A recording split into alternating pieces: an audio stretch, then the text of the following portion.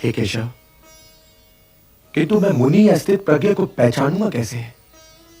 उसकी पहचान क्या है?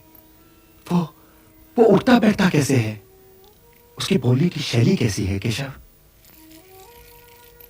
उसे पहचानने में तो कोई कठिनाई ही नहीं है पार्थ।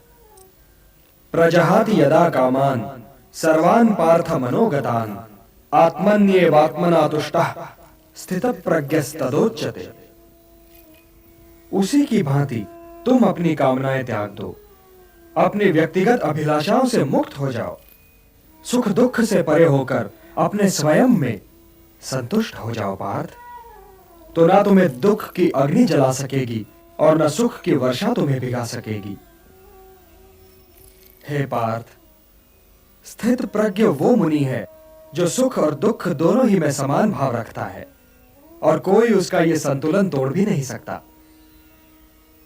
जब उसके शब्द बाहर निकलते हैं तो मन में तैरते दुख और सुख से बाहर नहीं निकलते, बल्कि आत्मा की अथाह गहराइयों से बाहर निकलते हैं। वो मोह की भाषा नहीं बोलता, वो निष्काम कर्म की भाषा बोलता है। वो जब बैठता है तो कछुए की भांति अपने भीतर सिमट कर बैठता है और अपने स्वयं ही को दुर्ग बना लेता है, अर्थात उसकी इंद्रियां उसके वश में होती हैं। और अपनी इंद्रियों को केवल वही अपने वश में कर सकता है जिसका अपना मन अपने वश में हो।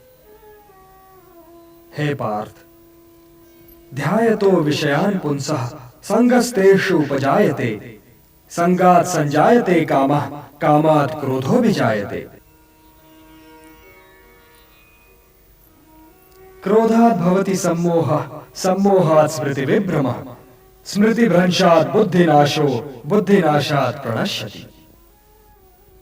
हे पार्थ, सामान्य पुरुष विषय का ध्यान करता है और विषय का ध्यान उसे आसक्त बना देता है। इस आसक्ति या लगाव से काम का जन्म होता है। जब काम की पूर्ति नहीं होती तो क्रोध उत्पन्न होता है। जब क्रोध उत्पन्न होता है तो विषय के प्रति मोह और बढ़ जाता है, और जब मोह और बढ़ जाता है पार्थ, तो सोचने की शक्ति भटक जाती है। जब सोचने की शक्ति भटक जाती है तो बुद्धि का नाश होता है, और जब बुद्धि का नाश होता है तो मनुष्य का सर्वनाश हो जाता है। और हे कुंती पुत्र, तुम्हारा ये मोह तुम्हें बुद्धि के विनाश की ओर ले जा रहा है। तनिक सोचो पार्थ कि जिसके पास बुद्धि ही ना होगी उसे शांति कैसे मिल सकती है?